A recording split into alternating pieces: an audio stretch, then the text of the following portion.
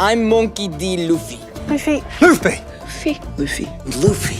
Luffy. Luffy. Luffy. Luffy. Luffy. Luffy. Luffy. Luffy. Remember the name. The writer's strike is over, and you know what that means for One Piece Season 2. The writers can come back and finish up the finishing touches on the scripts for Season 2 that already have been completed, according to the showrunner, Matt Owens and Steve Maeda. So we have things here that can actually start in production. Of course, the actors are still on their union strike, but their strike is more focused on the details. It will be hammered out. It's not something that's going to be prolonged. It's just a few weeks away from being finished completely. So production on One Piece Season 2 can start as early as November, and I think that is a big thing that we've been hoping for, at least with this writer's strike. Once you have the writer's strike done, the actor's strike is going to be finished pretty quickly. So we have a pretty good head start on the production for Season 2. Of course, we know Netflix renewed Season 2 after the highly successful first season. The first season did amazing numbers. It's still at number 1 after 3 weeks. I think we had over 20 million views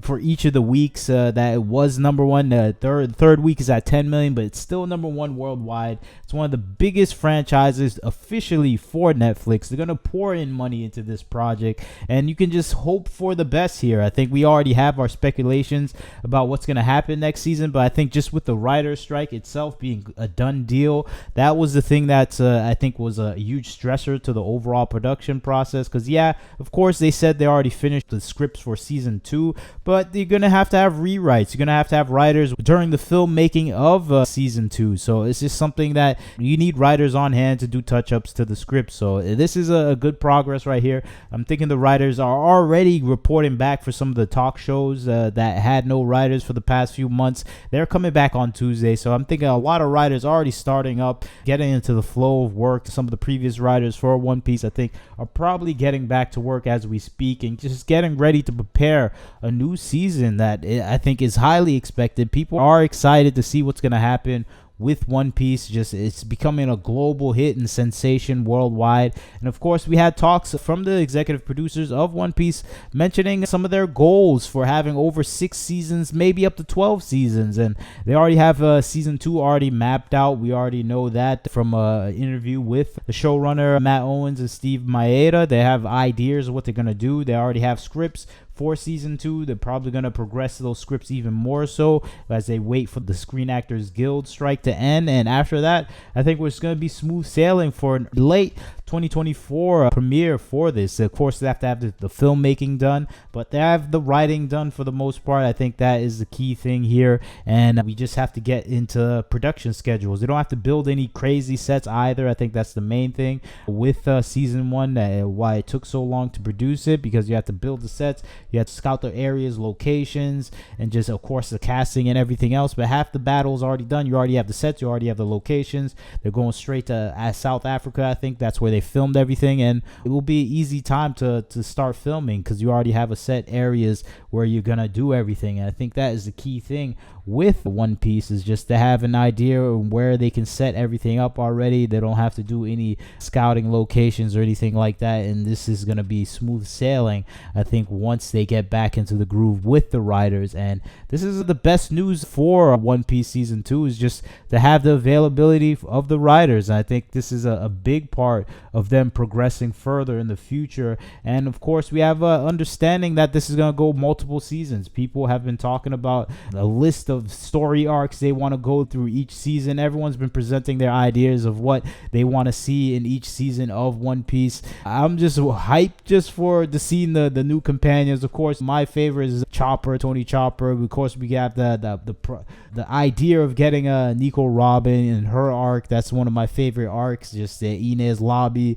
the Water 7 arc, and of course we have Alabasta. We have so much things to go in Season 2. I hope they make a push for more episodes. I'm hoping for at least 10 episodes. I think 10 episodes are perfect. I hope they treat these arcs almost like movies. I think they did that in Season 1 for the most part, where I felt like they had 1 hour movies here or there, 1 or 2 hour movies for each of these arcs where we just enjoyed that world, whether it's the butler or whether it's on the ship, the restaurant ship. It's just everything had its own storytelling. A buggy arc, it felt more focused, and I like that focused storytelling, and we don't get that often these days, that focused storytelling where we just feel like every episode's almost like a movie. You compare that with Ahsoka, compare this show with Ahsoka feels like you're just floating aimlessly in space with no direction and no focus on what the story is going to bring about. And I think that is a big problem with a lot of storytelling nowadays. Is just you're just saving everything for a gotcha ending where you're supposed to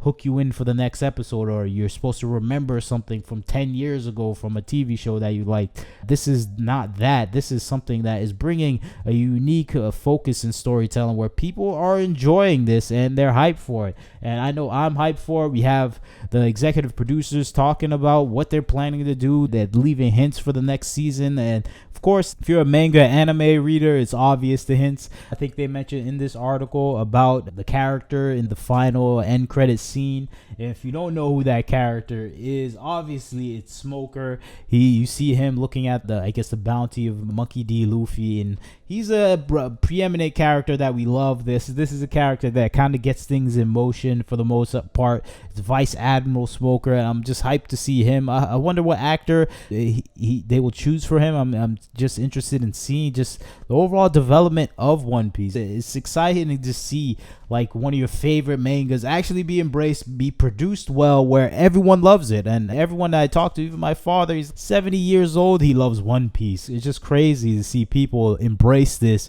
in such a way where, as a manga reader, that no one cares about this stuff, no one can get into it. But we have a producer and director that are willing to do the things necessary to get people into the art. And I think that is the case here, where people are buying into this. They believe in it. They want to see what is going to be produced from this show, and they support it. And I think that is the biggest thing about One Piece, is that it's supported by people that absolutely love translating into something that is communicative and easily digestible by the masses. And I think they do it in such a way where they still keep the heart and soul of the source material. And I think that is one thing that was missing in other adaptations. Of course, Cowboy Bebop was the worst version of the adaptations of animations. It just didn't keep the heart or soul. And this is from the same studio that did produce Cowboy Bebop, and they already apologized and recognized their wrongs in the production of Cowboy Bebop, and they learned from their mistakes, obviously, by keeping Ichiro Oda into the details and giving him creative control over his creation. And I think that is the key thing here, where we're having the executive producers, the directors, the showrunners, the writers, even the staff themselves. They realize the importance of this, and you can see it in their passion for this work. And it just blows my mind that people are putting in that effort in. Even this director here, Nicole Hirsch, she has a dedication of avoiding some of the things that we see in Star Wars, like the volume, where it feels every place you are in feels fake and limited. She strongly avoids that. The cinematographer, not director, cinematographer, where she demands real sets, real environments where you can get that tactile feel that you're there. The actors can feel like they're there, and they film in real locations. And that's why most of the locations are scouted in South Africa. A lot of the scenes in the ocean are practical effects. They're really in the ocean. I think that dedication from the film sets and the filmmakers, the cinematographers, is showing and producing a real product that everyone just loves. I absolutely love this iteration. It's my favorite adaptation of an anime, probably the most successful adaptation of an anime up to date, and I think it's doing wonders to the overall reputation of One Piece, because people are just diving back into the comics, the anime, getting involved with some old pieces of art related to One Piece, and everyone's falling in love with this story again. And I think that is the best form of an adaptation, where it gets everyone to fall in love with the original source material, something that Disney and all these other corporations and conglomerates just don't understand. They try to tear down the source material, break it down and denigrate it, where people have no respect for it because they don't respect it. So why should we respect it? But you see the respect in One Piece, so people are giving that respect back and looking into the manga, going to the anime, and Netflix is about to profit from it. They're releasing the entirety of the anime on their